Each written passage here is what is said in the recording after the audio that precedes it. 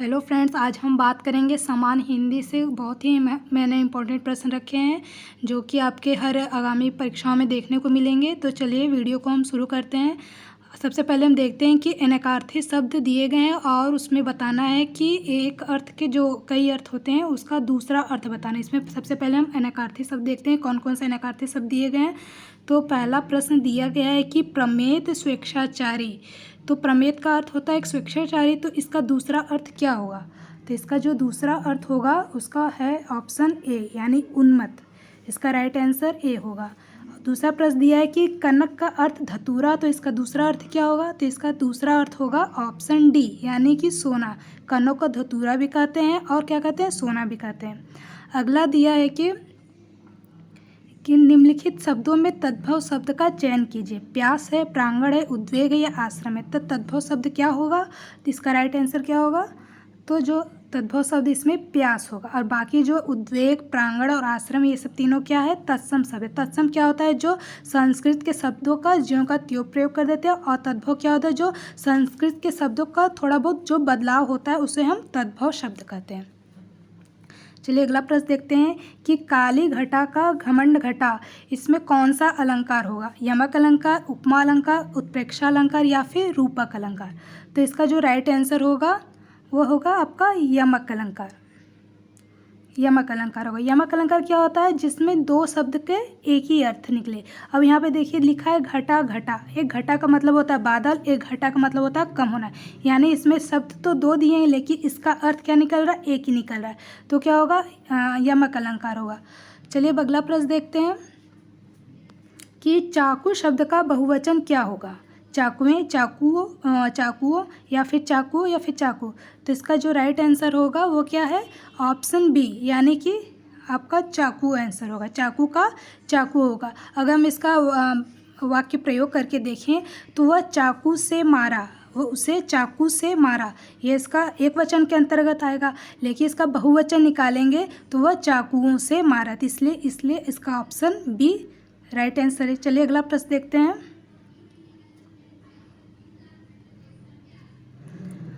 अगला प्रश्न दिया है कि मुझे कल नहीं, पहले हमने निर्देश देख लेते कि निर्देश में क्या करना है।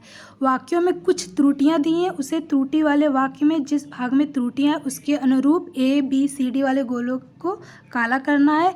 यदि वाक्य में कोई त्रुटि नहीं है तो उसे डी लगाना है। यानी इसमें कौन से जो ऑप्शन दिए हैं ए बी सी डी में उसमें कौन से वाक्य त्रुटि यानी गलत है। अगर जिसमें कोई त्रुटि नहीं तो वो आपका ऑप्शन डी होगा। तो देखते हैं पहला छठा प्रश्न जो है उसमें दिया है कि मुझे कल 2 किलो लीची खरीदनी। इसमें कौन सा त्रुटि नहीं है? ए वाला त्रुटि है कि बी त्रुटि है कि सी त्रुटि है या डी त्रुटि है? तो इसका जो ऑप्शन है ऑप्शन सी होगा। क्या होगा? ऑप्शन सी, लीची खरीदनी। कैसे इसमें त्रुटि है? यहाँ पे जो लीची खरीदनी या खरीदनी की जगह खरीदने होना चाहिए।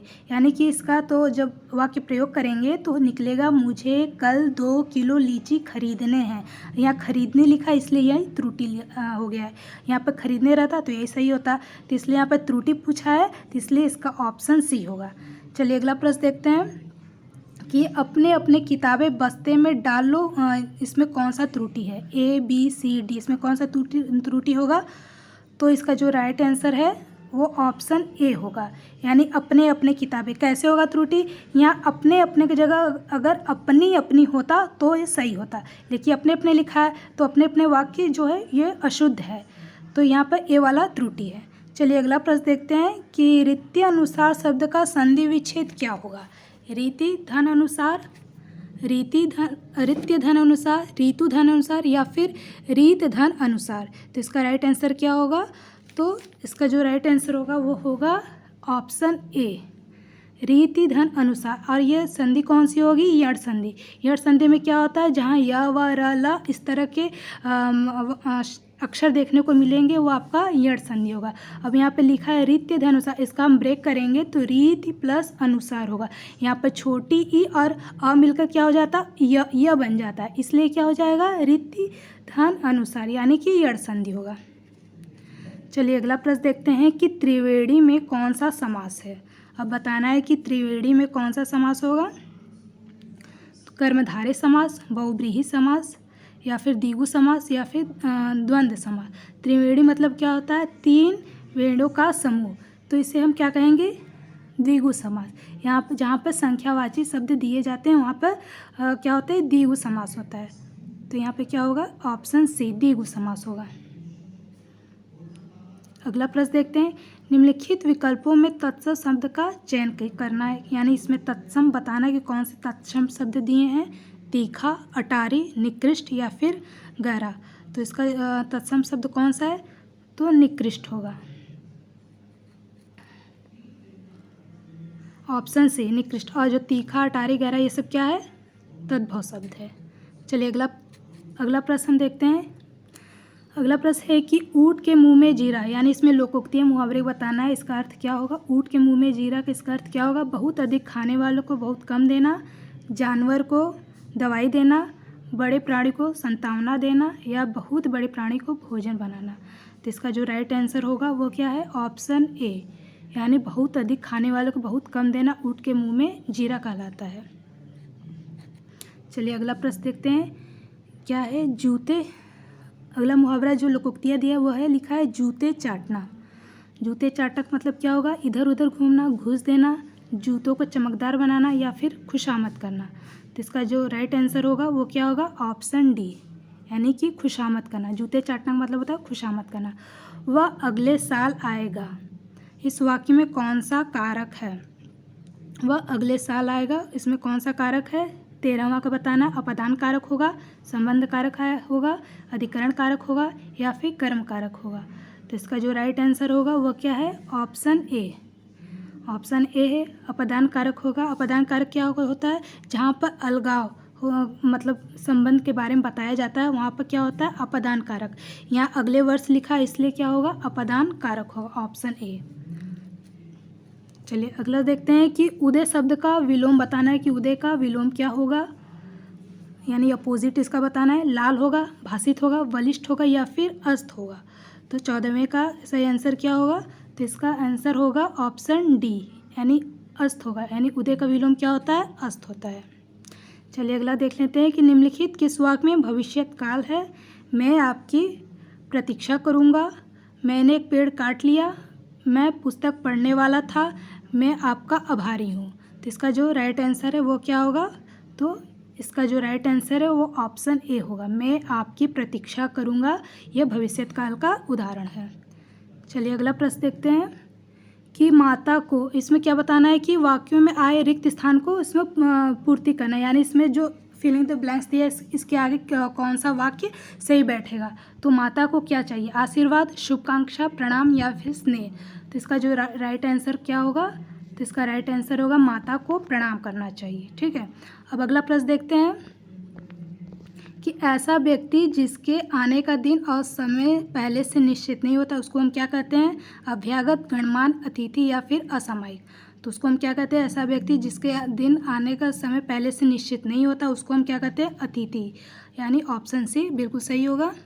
चलिए अगला प्रश्न देखते हैं कि स्वच्छ शब्द का पर्यायवाची शब्द बताना है। अब पर्यायवाची बताना है कि स्वच्छ का पर्यायवाची क्या होगा, पंकिल, नीरज, नीरद या फिर निर्मल। तो स्वच्छ का पर्यायवाची क्या होता है, तो निर्मल होगा, ऑप्शन डी। चलिए अगला प्रश्न देखते हैं। अगला दिया है कि वाक्यों को शुद्ध वाक्य में चयन करना है। तो वह एक विद्वान महिला विद्वान थी, बी बोल रहा है कि वह एक विदुषी महिला थी, सी है कि एक विदुषी महिला थी वह, या डी बोल रहा है कि वह एक विद्वान महिला थी। तो इसका जो राइट आंसर है वह क्या होगा, तो इसका राइट आंसर होगा 19वें का बी होगा, वह एक विदुषी महिला थी। महिला के लिए हम लोग विदुषी लगाते हैं, और अगर ये पुल्लिंग रहता तो विद्वान होता, लेकिन यहाँ पे महिला पूछा तो इसका स्त्रीलिंग विदुषी होगा, इसलिए ऑप्शन बी सही है। चलिए अगला प्रश्न है कि वह प्रमाण सहित अपनी बात बताएगा। तो इसका जो राइट आंसर होगा वो क्या होगा, वह प्रमाण सहित अपनी बात बताएगा, वह सप्रमाण साथ अपनी बात बताएगा, वह प्रमाण के साथ अपनी बात बताएगी या फिर वह सप्रमाण सहित बात बताएगी। इसका जो वाक्य जो है वो शुद्ध वाक्य कौन सा, ए बी सी डी में से कौन सा है। तो इसका जो शुद्ध वाक्य है वो पहला वाला ही सही है, वह प्रमाण सहित अपनी बात बताएगा, 20वें का ए हो जाएगा। चलिए अगला प्रश्न देख लेते हैं। अगला प्रश्न दिया है कि किसी की सहायता करने वाले को क्या कहते हैं, सहायक, सहृदय, सहचर या फिर सहकार। तो क्या कहेंगे इसको, तो हम क्या कहेंगे इसको? 21वें का इसका राइट आंसर होगा सहायक, यानी किसी की सहायता करने वाले को सहायक कहते हैं। ऑप्शन ए बिल्कुल सही है। अगला है कि भला चाहने वाले को क्या कहेंगे? भला चाहने वाले को क्या कहेंगे? निस्वार्थ, पुण्यात्मा, हितैषी या फिर सहायक। तो भला चाहने वाले को हम हितैषी कहेंगे। चलिए अगला प्रश्न देखते हैं। अगला दिया है कि 23वां प्रश्न है कि निम्नलिखित वाक्यों में मोटे छपे शब्द की शुद्ध वर्तनी कौन सी है? अत्याधिक व्यस्तता जीवन में निरस्ता आ जाती है, यानी जो अत्याधिक लिखा है इसमें शुद्ध वर्तनी इसमें कौन सा होगा? ए बी सी डी में से कौन सा होगा? तो कौन सा है इसका 23वें का? तो इसमें 23वें का पहला वाला ही सही है, अत्यधिक। हम लोग ऐसे लगे, इसकी वर्तनी ऐसे सही है, अत्यधिक। इसमें छोटी ई की मात्रा अत्यधिक में लगेगी। चलिए अगला प्रश्न है कि अखिया हरिदर्शन की भूखी, अखिया हरिदर्शन की भूखी कैसे रूप रस राची ए बतिया सुनी रूखी। इसमें कौन सा रस होगा? 24वें का इसमें कौन सा रस होगा? तो इसमें कौन सा होगा? वीर रस होगा, वियोग श्रृंगार रस, शांत रस या फिर संयोग श्रृंगार रस। अखिया हरिदर्शन की भूखी और कैसे रूप रस साँची ये बतिया सुन रूखी। तो यहाँ पे जो रस होगा वह वियोग श्रृंगार रस होगा, क्योंकि इसमें अलगाव की स्थिति दिखाई जा रही है कि उसमें विरहिणी जो है वो किसके लिए भूखी है? वो प्रभु के लिए उनकी आंखें तरस रही हैं। तो यहाँ पर रोने के भाव में दिखाया जा रहा है कि वो वियोग में तड़प रही हैं, इसलिए यहाँ पर ऑप्शन बी बिल्कुल राइट आंसर होगा। चलिए अगला प्रश्न देखते हैं। अगला प्रश्न है कि विद्वान शब्द का स्त्रीलिंग क्या होगा? विदुषी, विद्वंती, विद्यामती या फिर क्या है? विद्यावंती। तो इसका जो राइट आंसर होगा वो क्या है? विदुषी होगा। पहला वाला ही सही है, विद्वान का स्त्रीलिंग क्या होगा? विदुषी होगा। तो आज हमने 25 प्रश्न रखे थे, आपको कैसे लगे हमें कमेंट कर जरूर बताइएगा, और भी हम ऐसे महत्वपूर्ण प्रश्नों को लाते रहेंगे। तब तक के लिए जय हिंद।